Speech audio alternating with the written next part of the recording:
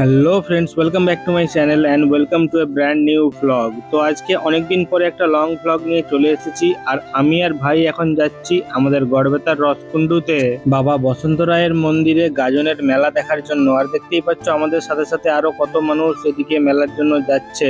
আমার আগের একটা মিনি ভ্লগে তোমাদেরকে দেখিয়েছিলাম আমাদের গড়বেতারই রসকুন্ডু মোড়ের বাবা রত্নেশ্বর শিব মন্দিরের গাজন উৎসব। তো সেই মন্দির পার করেই আমরা এখন এগিয়ে চলেছি রসকুন্ডুর দিকে। আর দেখতেই পাচ্ছ এখানেও ভক্তরা আজকে শেষ দিনে সব বিশ্রাম নিচ্ছে এখন গাজন শেষ করে। আর আজকে হলো চৈত্র সংক্রান্তি, মানে চৈত্র মাসের শেষ দিন আর গাজনেরও শেষ দিন। ফাইনালি 7 থেকে 8 কিলোমিটার জার্নি করার পরে আমরা এখন চলে এসেছি মন্দিরের গেটের সামনে। আর দেখতেই পাচ্ছ কত ভিড়, এখানেও প্রচুর ভক্তা হয় এই গাজনের সময়। আর ওই যে সামনে তোমরা দেখতেই পাচ্ছ বাবা বসন্ত রায়ের জীবের তোরণ। মন্দিরের এই তোরণটা দেখে তো আমার সত্যি খুবই ভালো লাগছিল। তারপরে আর একটুও দেরি না করে সবার প্রথমেই আমরা চলে গেলাম বাইকটাকে স্ট্যান্ডে পার্কিং করার জন্য। আর দেখতেই পাচ্ছ ওই দূরে কত বাইক সারি সারি দাঁড়িয়ে রয়েছে। তারপর মেলা কমিটির মেম্বারদের থেকে একটা টোকেন নিয়ে ভাইয়ের সাথে বেরিয়ে পড়লাম আবার মেলার দিকে। চারিদিকে তখন একদম ফেস্টিভ মুড, মানুষের পায়ে পায়ে হেঁটে চারিপাশে ছড়িয়ে পড়া ধুলো, আলো আর মানুষের ভিড় সব মিলিয়ে এক অন্যরকম পরিবেশ। মেলা প্রাঙ্গণে আমরা প্রবেশ করার পরেই আমাদেরকে স্বাগত জানাতে ওখানে ঘুম ফাটছিল, কিন্তু যেই ক্যামেরা অন করতে গেলাম বাস আর কিছু দেখা গেল না।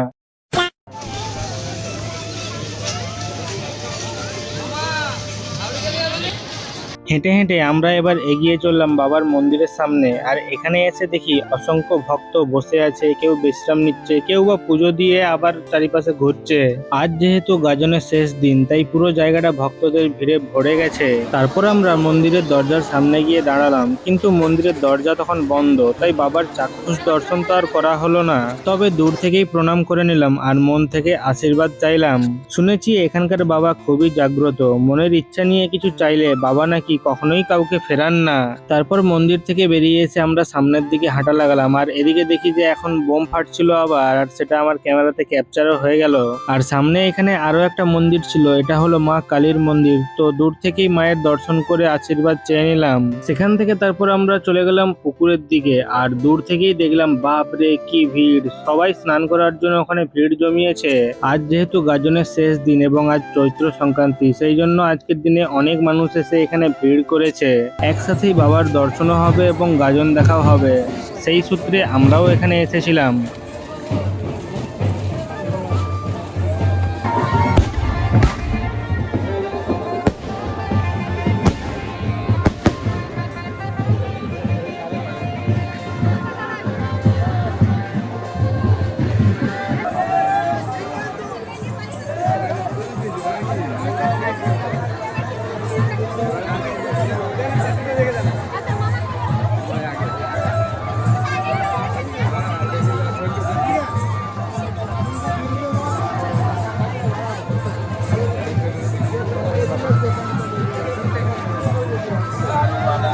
তবে লোকমুখে শুনলাম যে এবছর নাকি ভক্তের সংখ্যা আগের থেকে একটু হলেও কম হয়েছে, কিন্তু আমার তো বেশ ভালোই ভিড় মনে হচ্ছিল।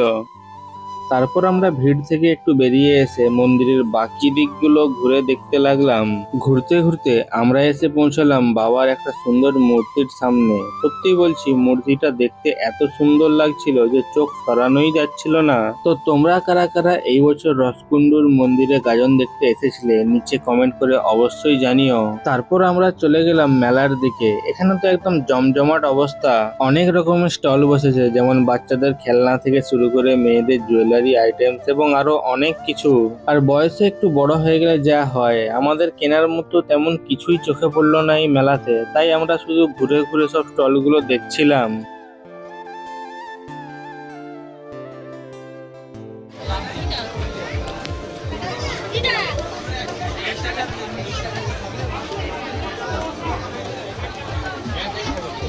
চারিপাশে সমস্ত দোকানগুলো ঘুরতে ঘুরতে এরই মধ্যে এমন একটা দোকান আমার চোখে পড়লো, যেখানে ভোলে বাবার অসংখ্য শিবলিঙ্গ বিক্রি হচ্ছিল। দেখতেই মনটা একদম ভরে গেল।